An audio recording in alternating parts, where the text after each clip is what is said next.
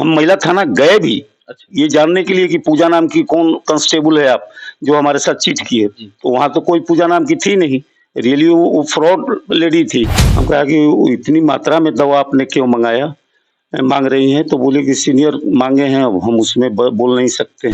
26,440 क्यों भेज दी, 2640 के बजाय? उन्होंने कहा गलती से चला गया है, तो ऐसा है कि आप मेरा पैसा हम पेटीएम नंबर देते हैं, उस पर आप लौटा दीजिए।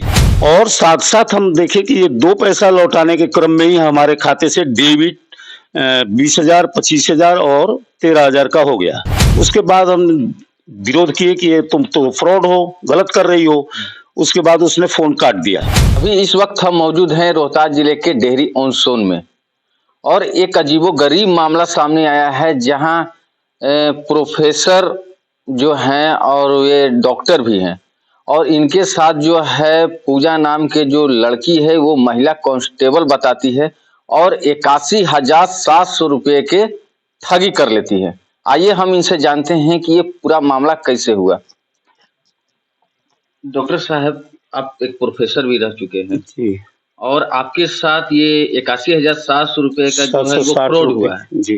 ठीक है, ये कैसे ये घटना घटी है एक बताएंगे? पूजा नाम की लड़की, जिस कांस्टेबल बताते हुए डेहरी ऑन सोन पोस्टिंग भी बताई, और हमसे दवा की मांग की कि हमारे सीनियर को देना है, ये दवा हमें व्यवस्था कर दीजिए, अगर आपके पास उपलब्ध है तो दे दीजिए।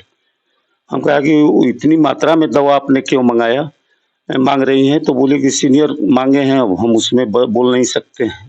तो उस हर दवा 4-5 संख्या में था।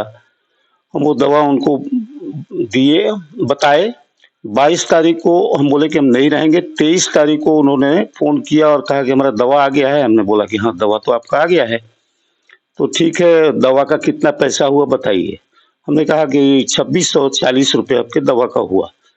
बोली ठीक है, हम पैसा पेटीएम से भेज देते हैं, लेकिन हम दवा स्वयं आप डेरा देखेंगे और आकर के ले लेंगे।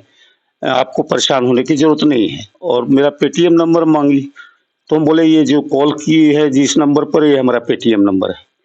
और उस नंबर पर हम मैसेज आया जिसमें हम पूरा डिजिट तो रहता नहीं अकाउंट का, लास्ट डिजिट हमारे अकाउंट से मिलता-जुलता था।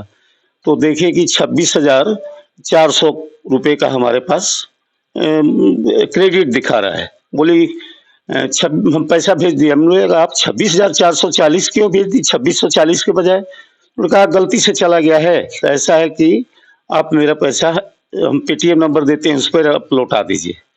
पेटीएम नंबर मेरे को व्हाट्सएप की, और जो व्हाट्सएप नंबर उसका जो था, उस पर उसका कांस्टेबल का एक फ़ोटो भी लगा हुआ था ड्रेस कोड में। मतलब कि पुलिस ड्रेस में लगा हुआ पुलिस था। ड्रेस में लगा हुआ था। फिर हम उस नंबर पर पूछे, तो बोली कि हम आपको भेज देते हैं। जी जो नंबर भेजते हैं उस नंबर पर आप दे दीजिए, ये पेटीएम नंबर नहीं है। तो जो नंबर भेजी, उस नंबर को हम देखे पेटीएम से उसका रेस्ट पैसा भेजने के लिए, तो वो मुस्तकीम के नाम से था। तो हमने कहा कि भाई ये मुस्तकीम नाम आ रहा है। तो हाँ, कोई बात नहीं है सर, सो मुस्तकीम का ही नाम से पेटीएम है। तो हम बोले कि ठीक है, हम आपको पैसा डाल देते हैं। पैसा डालने के लिए हम कहे, इसी क्रम में उसने हमसे बताया कि आप 2 क्रम में डाल दीजिएगा, 15,000 और बाकी रेस्ट 8,760 रुपये। मतलब कि एक बार में आपसे पैसा वो नहीं, मतलब कि 2 पार्ट में 2 पैसा पार्ट में पैसा, पहला बार में 15,000। 15,000।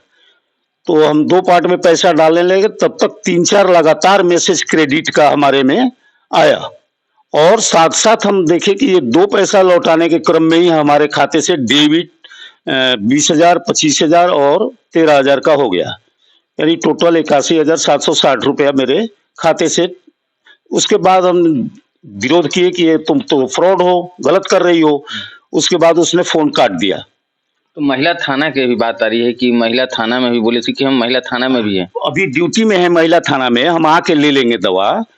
हम महिला थाना के बारे में बोले थे। जी, महिला थाना, हम महिला थाना गए भी, अच्छा। ये जानने के लिए कि पूजा नाम की कौन कांस्टेबल है आप, जो हमारे साथ चीट की है। तो वहाँ तो कोई पूजा नाम की थी नहीं, रियली वो फ्रॉड लेडी थी।